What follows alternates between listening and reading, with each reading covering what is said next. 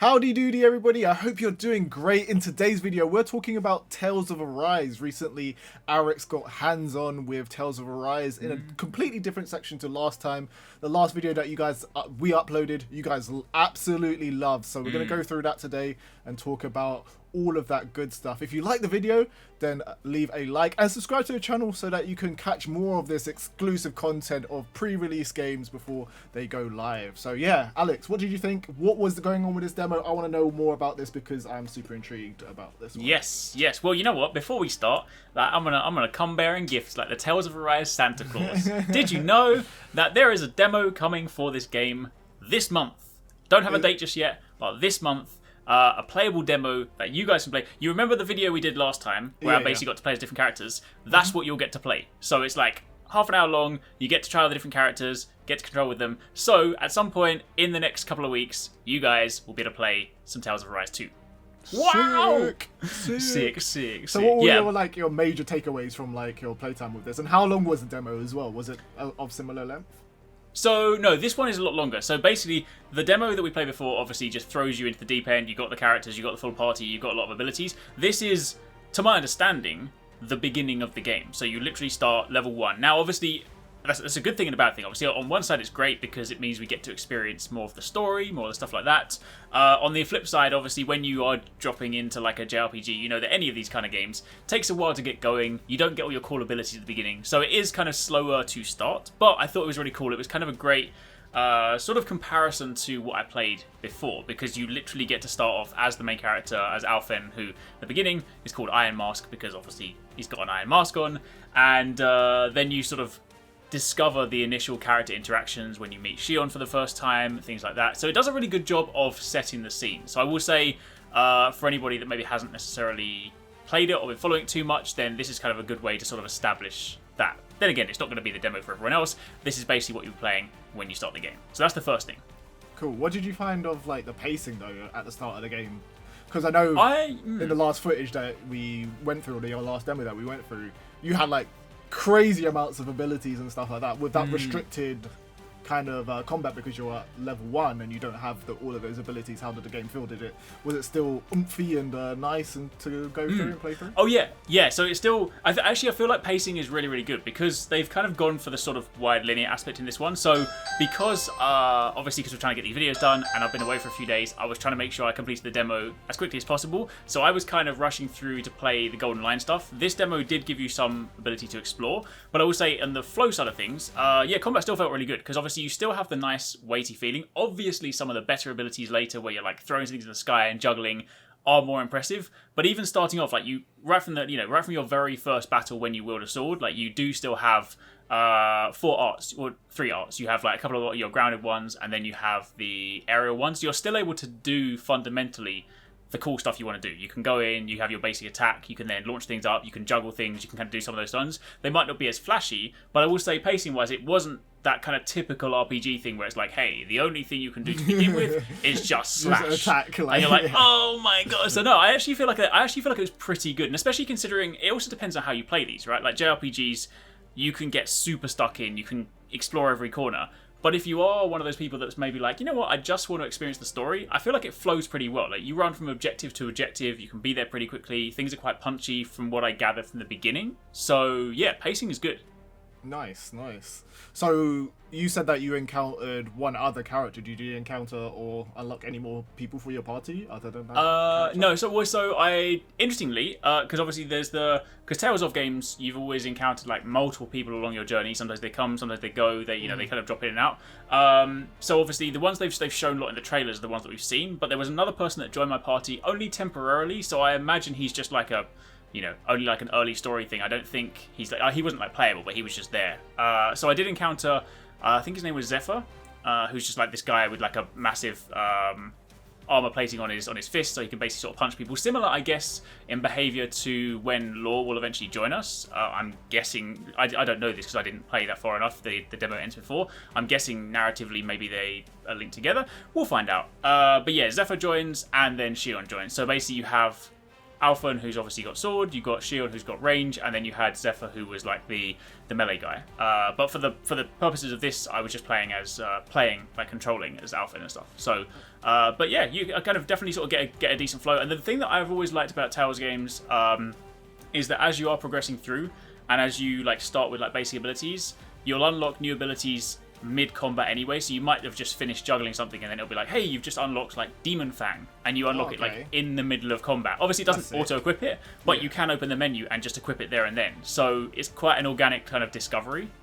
Okay, so can you give me some, like, I'm all about the story, I'm a stories man when it comes to like RPGs, and I feel like that's what most people play RPGs for anyway, but yeah, give me some little context so I know where we're gonna start. Okay, what all is, right. like, so you've got two different races, two different sort of like planets, to my understanding.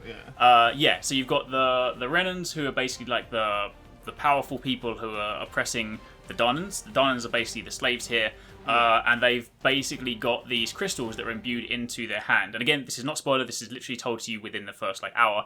And basically, as it turns out, the kind of the guise is that they're using the slaves to just sort of mine minerals. But what they're actually doing is that the crystals in their hands, just by having them do labor, they're siphoning like their life force effectively. That's and their nuts. life force is they're basically being siphoned into these things that are called these cores, which these powerful people can then use as like a thing to wield, right? So you've got these I forgot what they're called. There's these like these generals or these I mean, forgive me, people like some of the names I'm gonna be confused, but yeah, there's like these generals that basically they're having what they call like the crown game, where effectively there are different factions of people that are siphoning different energy in their different ways, and then whoever is the most powerful at the end becomes the ruler of like the Renan Empire.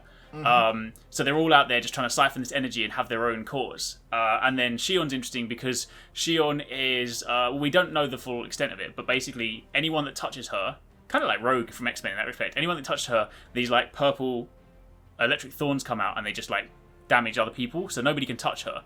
Alphen's interesting because he can't feel pain. And inside Shion, as you discover very early on in the thing, she's got like a core as well. So at some point in this demo when we're playing through, like you can literally pull. Yeah, it's convenient, right? But as you're playing through, like she gets shot in the chest by an arrow. Alphen goes over, holds her because obviously he can withstand it, and then pulls a flaming sword out of her chest. Right, Whoa. and then together, like they're able to like harness this power, which is really really cool. Because then that actually unlocks into some of the exploration dynamics. Like as you're exploring through the levels, there's some like flaming walls, and the animation for it is so cool. Like you can bring down the flaming walls where you absorb them into your sword, and he just like holds it towards him and then just slams it into the side, and like you pull the flames in. It's super cool. But yeah, so basically the idea behind that now is that like Shion, despite the fact that she is a Renan, she does not like the way things are going, and she wants to bring down all of the commanders, the generals as well. So basically we've sort of been like, fate has brought us together, and it's our job to put these people to like stop these people from doing whatever they're doing, basically. Nice. So that's kind of the premise of the story. Is there anything in the demo that you really, really want to point out to people? And like, was it just as enjoyable as the first demo as well?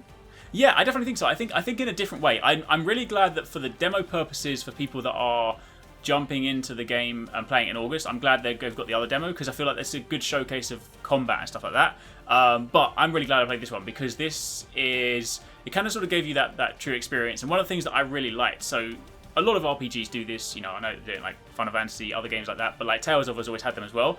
You know, like you can go off the beaten track and you can always fight those like super strong, powerful bosses that like you shouldn't really be fighting early on. So they've got a couple of different ones, a couple of different sort of variants in this one. Like when you're walking around, I saw them, but the game was like, yo, you're gonna get clapped if you try this. And I was like, I'm on a time limit here, but you've basically got these things called the giant, I think it's giant Zoogles. They're basically like almost like the thing you fight at the end of the first demo.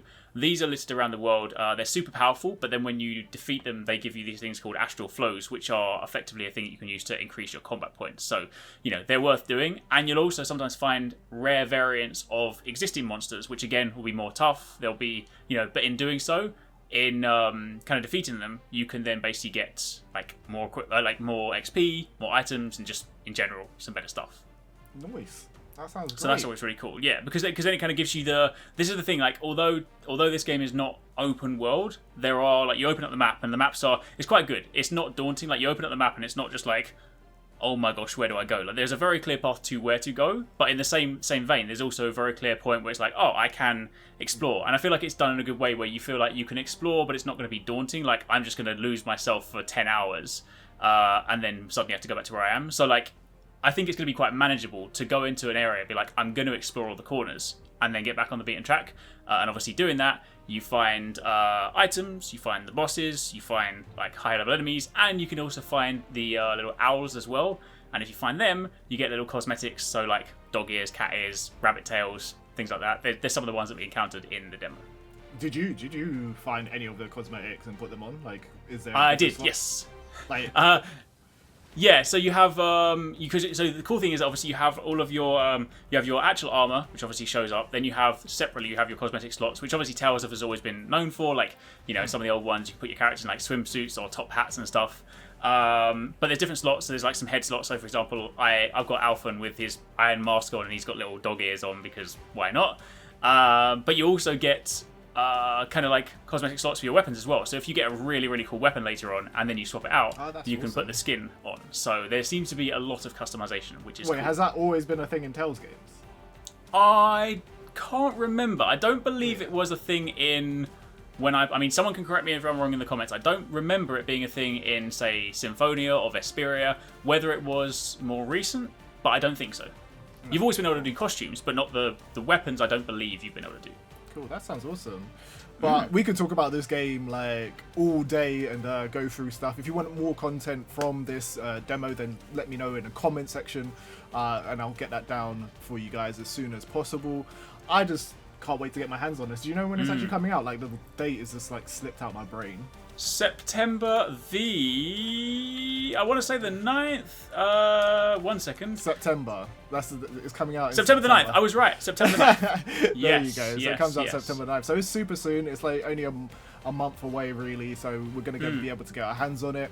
And we've made it basically to the end of the video. So what should the people say in the comments, Alex, to let us know that they've made it to the end of the video? What phrase or what should they incorporate into a sentence to let us know that they've made it to the end?